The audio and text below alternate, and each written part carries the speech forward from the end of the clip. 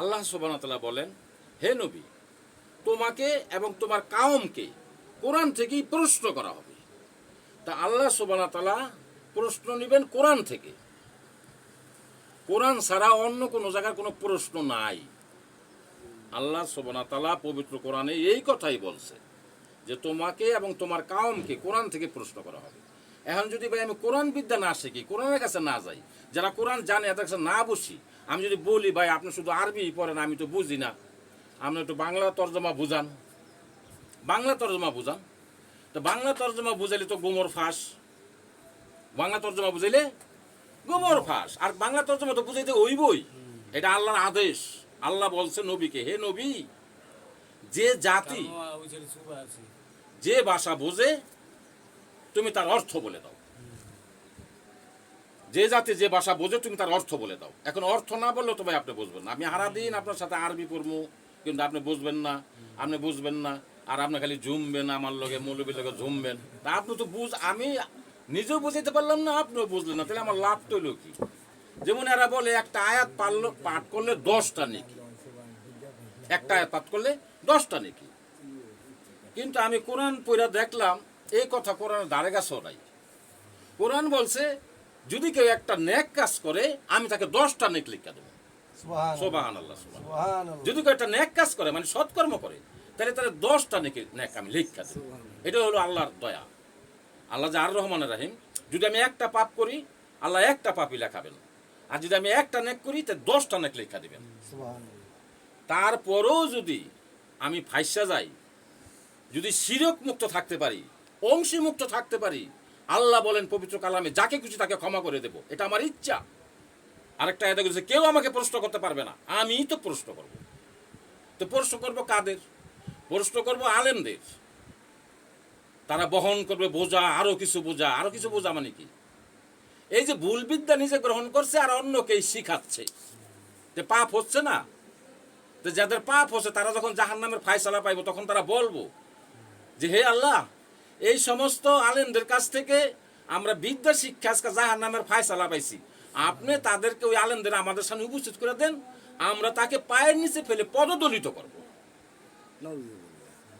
কোরআন ভাই, কোরআন, আমি কোরআনের ছাত্র ভাই, শিখতেছি ভাই, আমি অনেক কিছু জানি না, এখনো অনেক কিছু জানি, শিখছি, শুধু শুধু শিখছি তো শিখছি, আর সংগ্রহ করছি আসল নথি থেকে, মানে কোরআন থেকে। কোরআনের ওয়াজ যদি কেউ করে আমার কাছে খুব ভালো লাগে, আমি মন দিয়ে শুনি।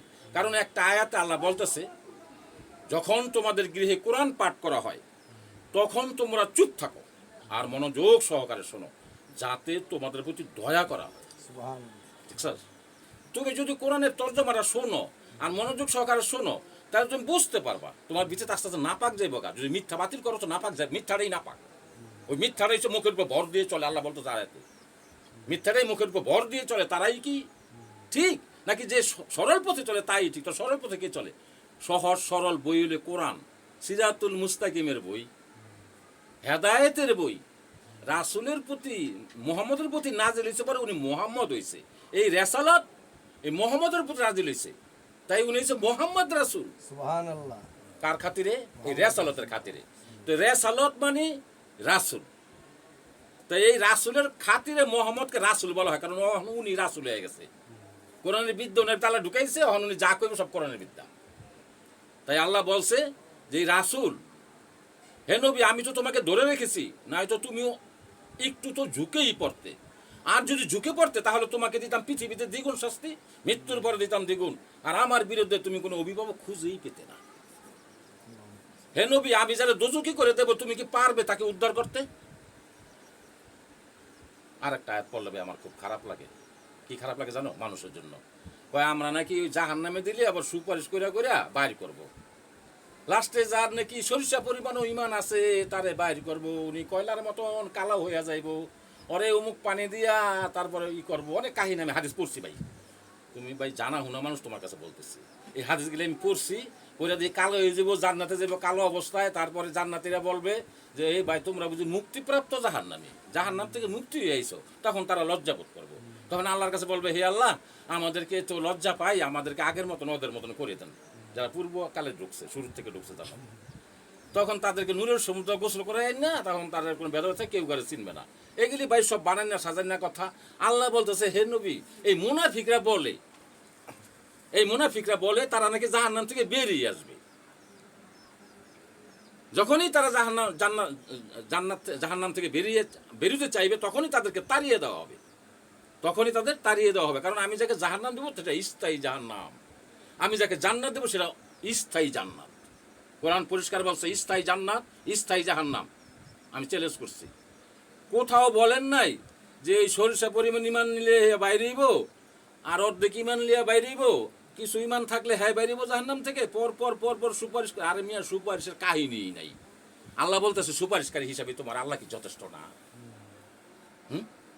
কি ভাই, সেদিন তোমাদেরকে কেউ সুপারিশ করতে পারবে না, কারো সুপারিশ গ্রহণ করা হবে না। আল্লাহ বলছে এই যে কবরের আযাব, কবরে কোনো আযাবের কথা ভাই আমি কোরআনে পাই না। যদি কোনো আলেম থাকে আমি শিখব। আল্লাহ বলেন নাই কবর আযাবের কথা। আর গুনাহগার বান্দারা সেদিন সিংহায় ফুৎকার দেওয়া হলে উঠবে, আর তারা বলবে এই বুঝি সেই দিন যা আল্লাহ রাসূল বলেছিল তা তো সত্যিই হলো। কারণ তারা গেলে বিশ্বাস করতো না। তারা বলবে তা আযাব হইবে কোন সময় জানো?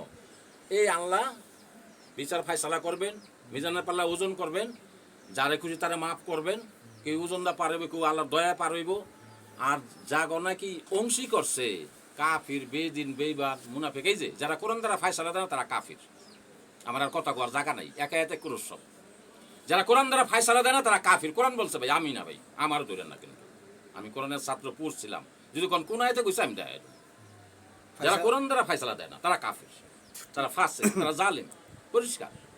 তাইলে এই যে হাদিসে পড়ছি 72 ফেকরা, বুখারী শরীফের হাদিসটা যে আমি পড়ছি, এর জন্ম বৃত্তান্ত শুদ্ধা পড়ছি আমি। এই 4 ইমামের কাহিনী পড়ছি, তার জন্ম কোথায়, মৃত্যু কোথায়, কে কারে বিদ্যা শিখাইলো, সব পড়ছি।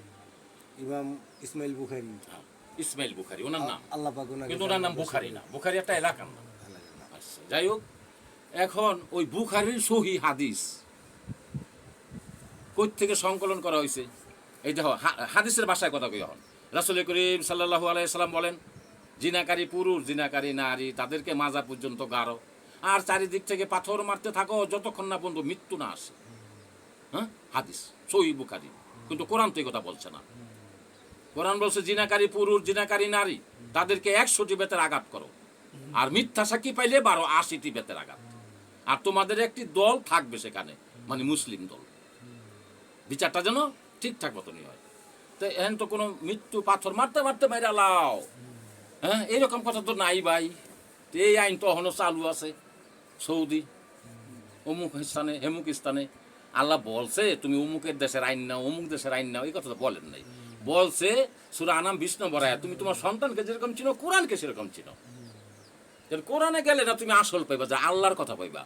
তারপরে তুমি মোল্লার কথা হইন না, আল্লাহর কথা আল্লাহকে মিলাইবা। ওই বেটা সত্য কয় না, মিথ্যা কয় না, ওই বেটা আবার শয়তানে ধরে বেরিয়েছে।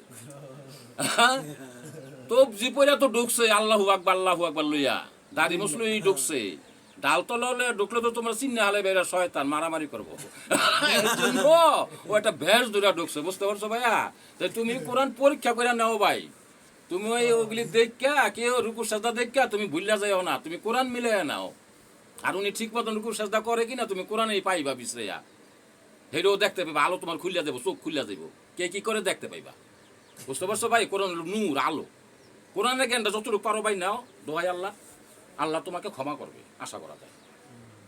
এক এক আয়াতে 10 নেকি। হ্যাঁ, একটা নেক করলে 10টা নেকি, আয়াত পড়লে 10টা নেকি, এটা আলেমরা কয়। সুবহানাল্লাহ। কিন্তু এই আলেমরা এই আয়াত কোরআনে দেখাইতে পারবো না, এই কথা দেখাইতে পারবো না, চ্যালেঞ্জ করছে। ওনারা বলে কেন জানি না তারা কারা।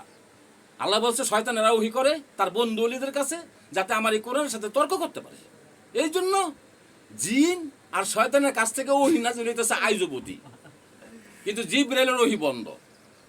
কারণ এটা পূর্ণাঙ্গ দলিল পেশ হয়ে গেছে, তো আর ওহী আসবে না। এখন জিন আর ইনসানের কাছ থেকে ওহী আহে, শয়তানি। কোরআন বলছে, এটা আমার কথা না। এখন ওহী নাযিল হইতাছে, এক এক সময় এক এক ওহী পায়।